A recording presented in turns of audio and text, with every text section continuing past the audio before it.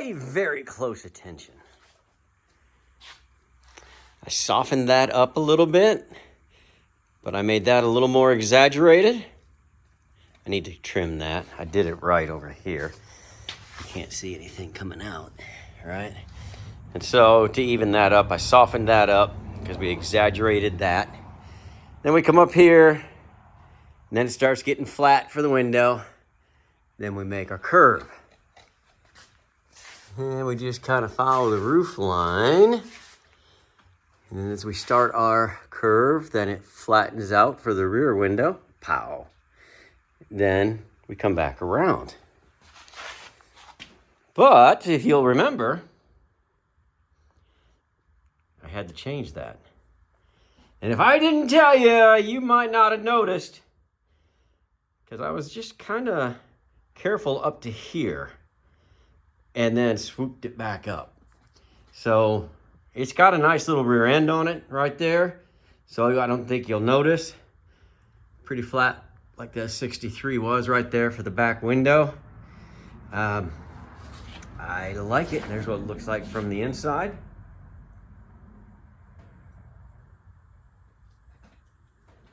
Just went around and just sanded down a lot of the bumps. There weren't that many, really. I think I did a pretty good job on this one.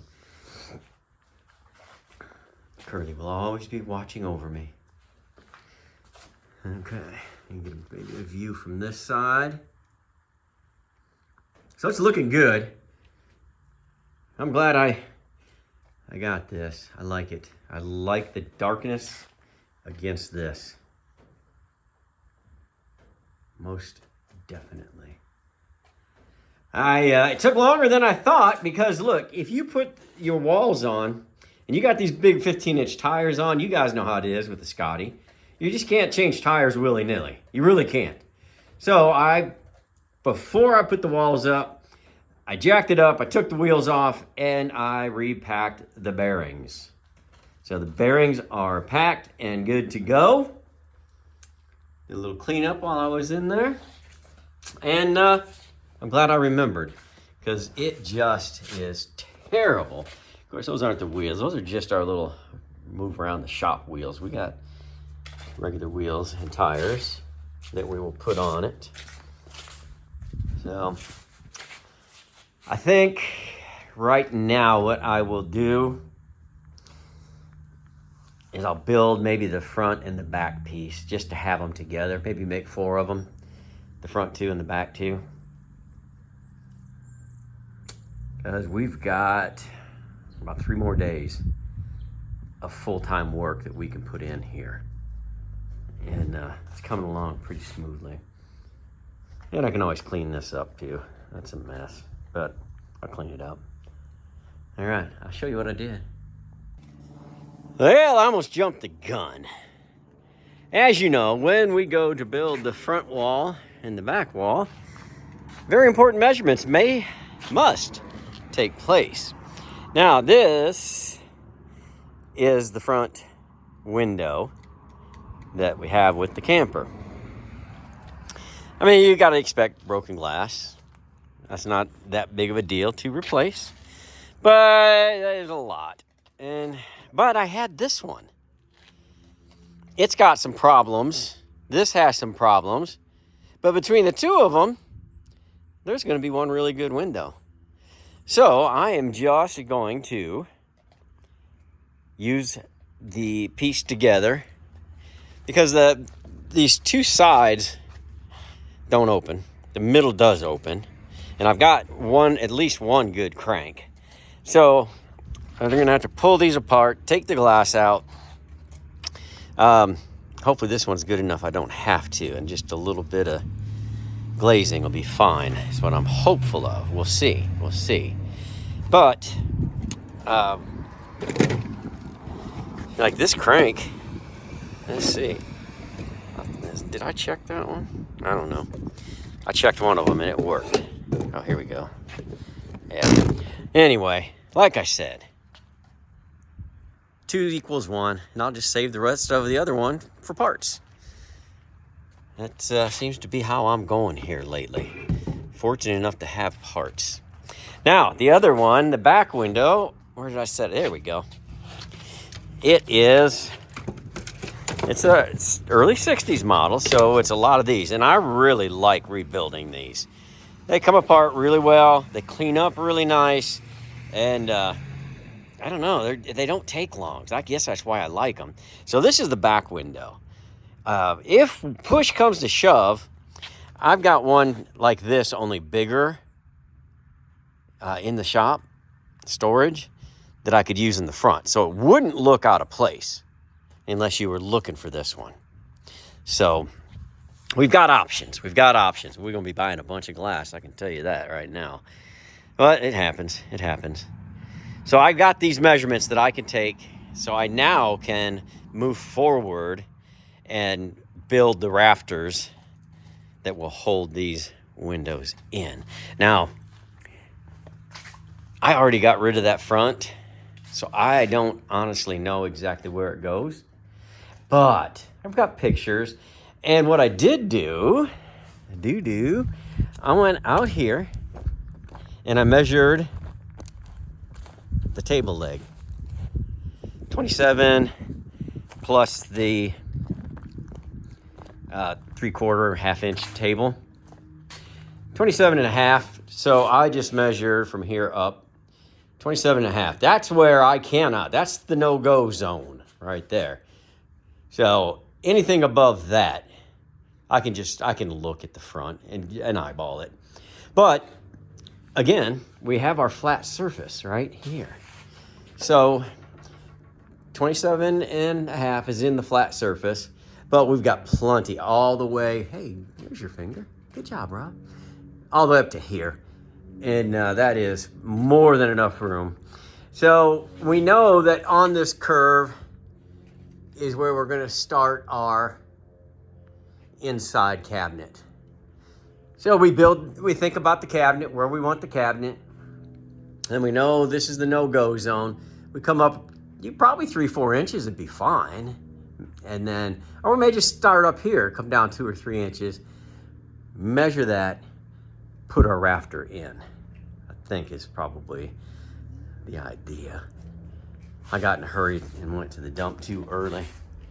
And on the back, I mean, you're just talking about the bed, really. So, you go up 20 inches on the inside, and then anywhere up from there, as long as you're on the flat surface. And this hot dog, look at this. I mean, it is, let me back her out a bit. There's plenty of flat surface. You don't want to go up too high, though. We're going to put a shelf in this one, just going straight across the back. But I'll make that measurement on the bed, and then we'll put that in there. So no problems at all. Well, it is a problem because I'm just trying to talk myself out of it like I know what I'm doing. Yeah. So I'm going to get going on building the front and back 2 pieces and let them dry, and they'll be ready for us tomorrow. Well, there's my Scotty seat template that I use all the time, except that I usually add about an inch and a half to the height. That just makes me feel a little more comfortable, so I did that. So I went and did that. Got these built. Now I gotta think about the potty closet, really. I don't know that I'm gonna worry about the bed right now. The potty closet's on my mind. Things are gonna get hectic right through here.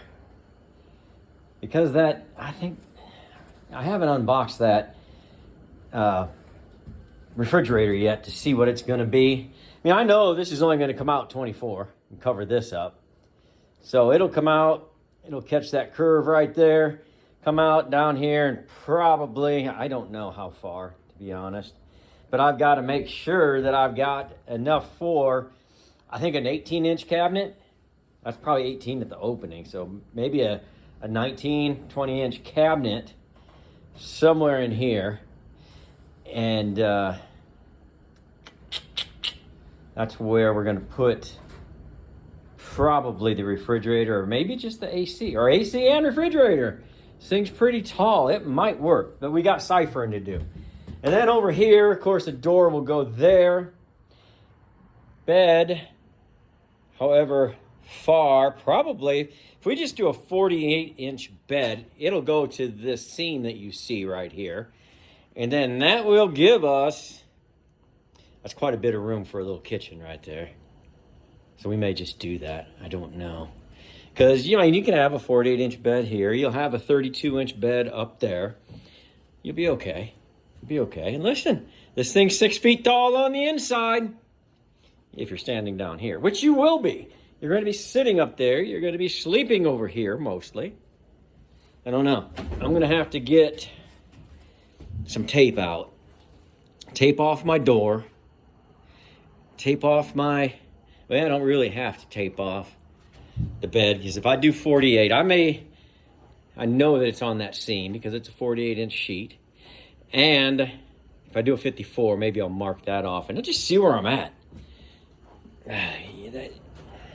The potty closet takes a lot of space, and it'll come just past the wheel well opening. So you'll see a little bit of the wheel well in there. So that's how far we go.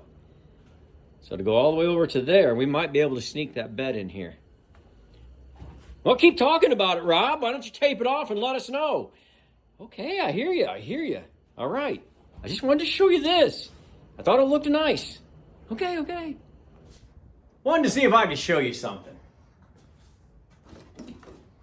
This is the curve of the potty closet. That curve is pretty iconic. People love the curve. Here's the problem with the curve. They're made out of masonite, which has to be painted. Can't stain it. It's that brown, papery, cardboardy material. And that's what they're all made out of.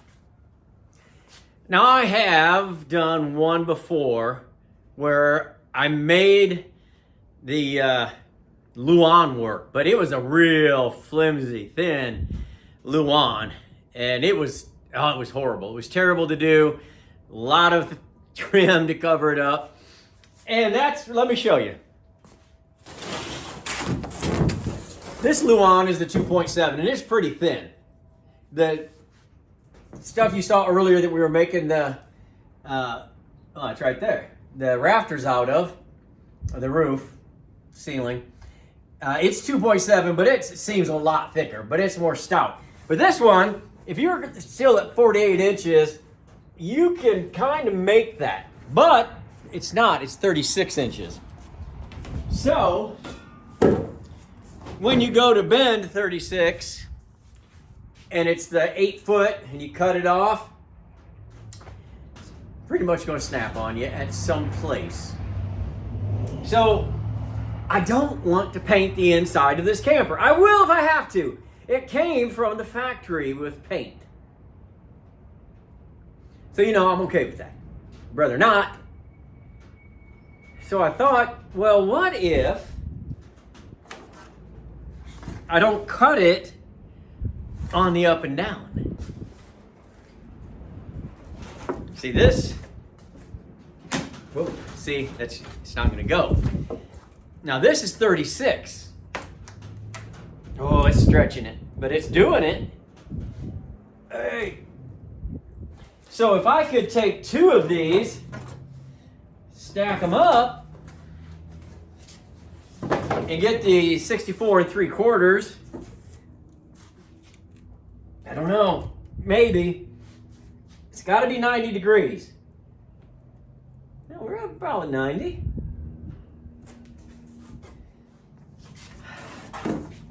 At best, it's an experiment.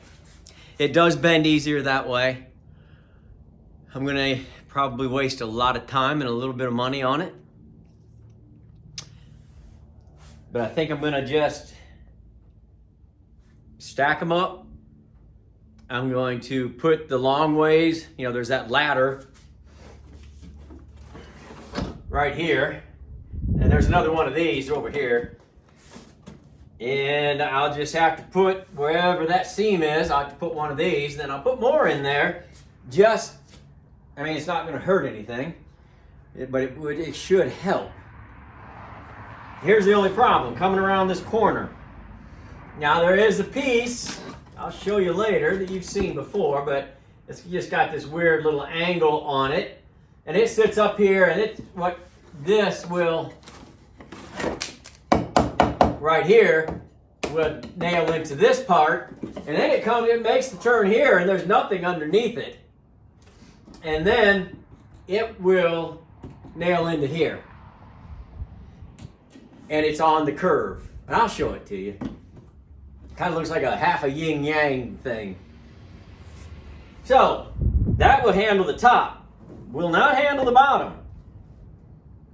So I'm going to have to make something, maybe just to, after I put this on, just to pull it in until I can nail it at the bottom. Once I get to the bottom, I can nail it to the bottom. That'll hold the whole thing in place with this top piece. It's a long way to go not to paint. Maybe if I didn't have that problem with painting, I'd be done by now. But I'm going to try it. I'm going to go ahead and just build this part out and just lay it right on top of there. Then I'll get this little curvy piece. I'll show it to you again just to show you. Couldn't save this one. It was tore up, but I've got one from an old Scotty. And won't hurt to try, will it? I mean, the worst part about it, if that's even a bad part, somewhere around here there'll be a trim piece. But there's trim throughout the camper. There's nothing wrong with trim. Let's try it. Let's see what happens. There it is. There's a little belt line right there. Trying to not put any nails in that. I did have to staple this. But try not to put that there because that's right in your face as you walk in. And here's that piece I was telling you about. And I tried to bend it a little bit, and it cracked down there a little bit. I don't know. What are you going to do? I mean, I don't want to do that.